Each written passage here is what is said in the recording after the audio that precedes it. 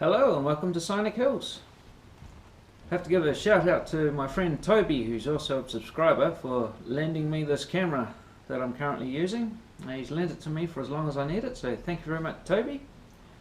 To get this episode underway, I've had another package come in. This package is a packet of 10 centimetre trees.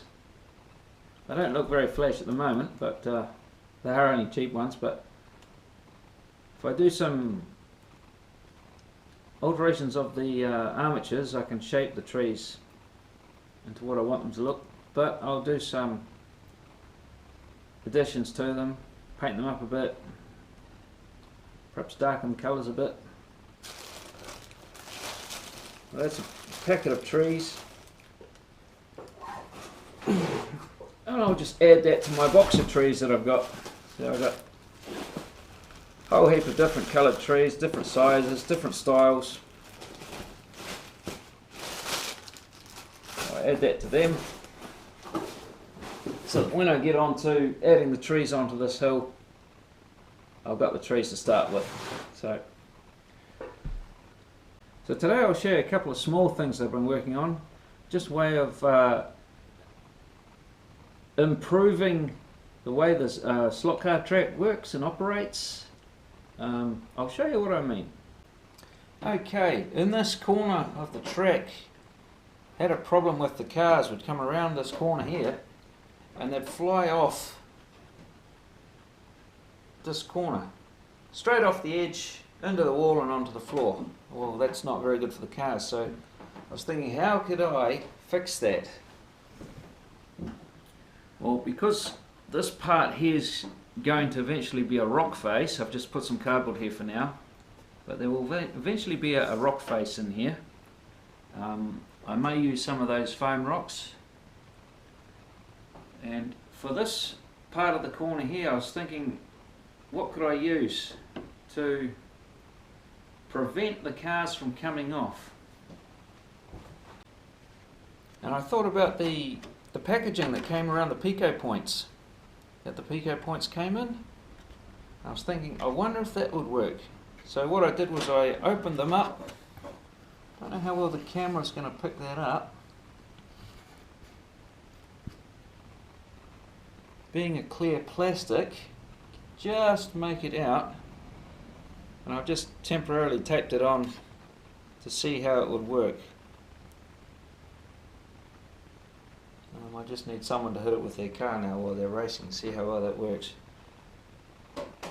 And then I found out while I was having a bit of a practice lap, I had a car fly off this up the top here. So what I've been doing is, if you can see this, I've been working out how I might be able to fix this, and I've got a couple of bits of wood, and I'm going to cut up another one of these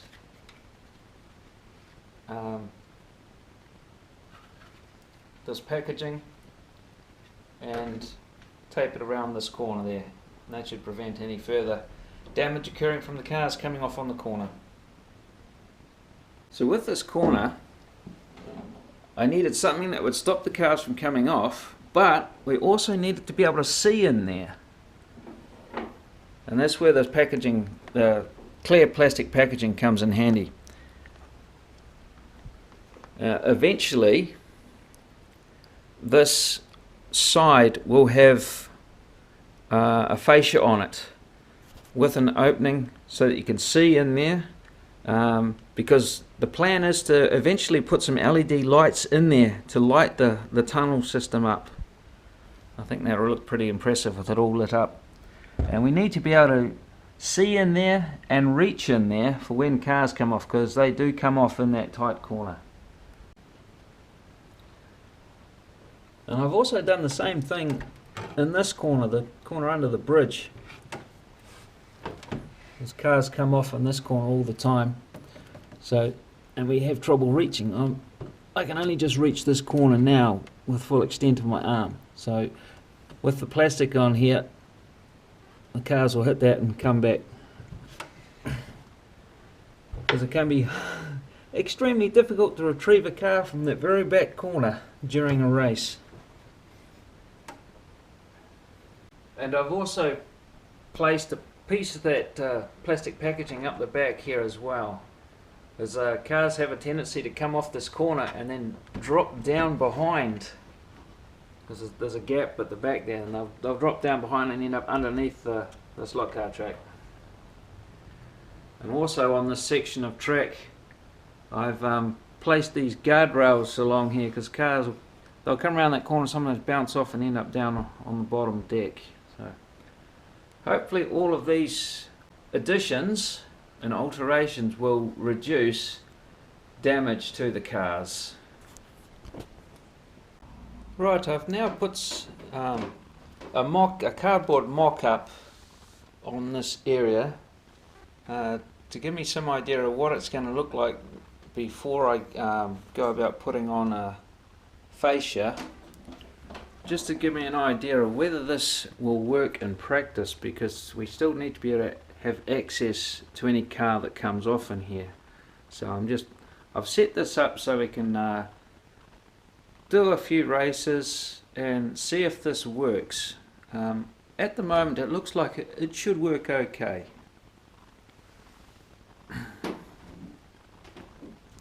So I've finished doing my putting the plastic protection barrier up, so that should prevent any cars from flying off the track onto the floor. For now, I've finished doing what I was doing in this corner. I'll show you a corner on the other side of the layout.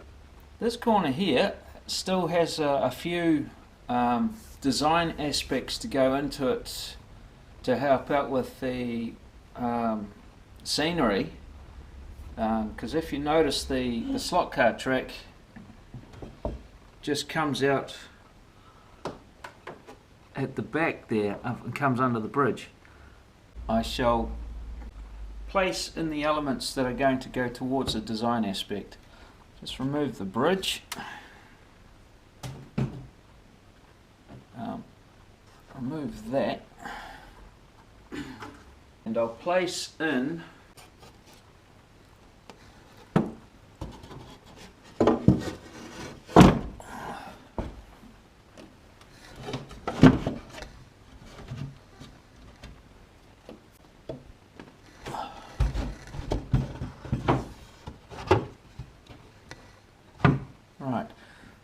those two design features for the scenery.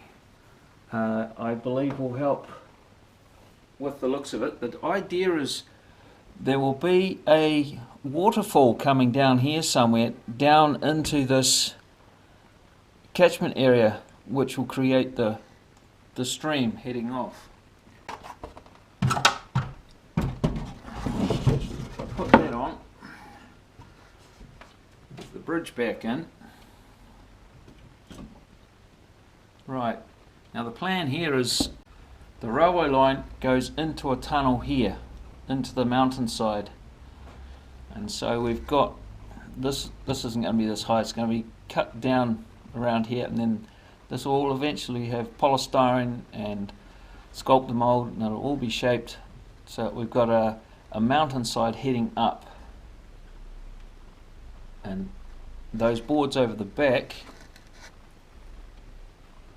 is where the background scenery, rock face, trees and hillside, and that will be placed against that board. Otherwise I've got to place it against the wall, and I don't want to place it against the wall. And the reason I don't want to put anything against the wall is the layout design itself is, if I need to shift this section of layout out, I can get in the back. So the layout needs to be able to move about 1 meter down the wall. So if there's anything against the wall, I can't do that. And so with this design aspect of it, it allows me to move the layout without anything being attached to the wall. And the reason why this piece of board is shaped this way is the slot car track used to sit on it, I used to have the slot car track a lot lower than what I've got it on the top level, and that's why that's shaped like that. So I'm just going to repurpose it as being the skeleton of the scenery that I'm going to put over it. Now I've done some testing, and it is possible with the aid of a stick, if the car comes off the track, to push it further around and reach in and grab it. I thought perhaps this spot here would be too much and get in the way, but I've been able to prove that it's not. And so that design aspect I think will work out okay when we put some scenery in here and simulate a waterfall coming down off there. So when we put our coal mine back in, this too will get some alterations. It's too big for the location, I believe.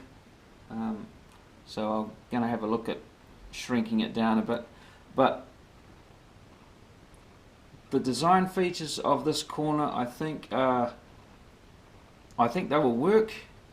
So it's later on when I get around to doing the scenery. I don't know when that will be because I've got a lot of other scenery projects I'm in the middle of. But I believe the design aspects of this corner will work. So that'll do it for this video. I'll catch you in the next one, and thank you very much for visiting Cynic Hills. See you later. Bye.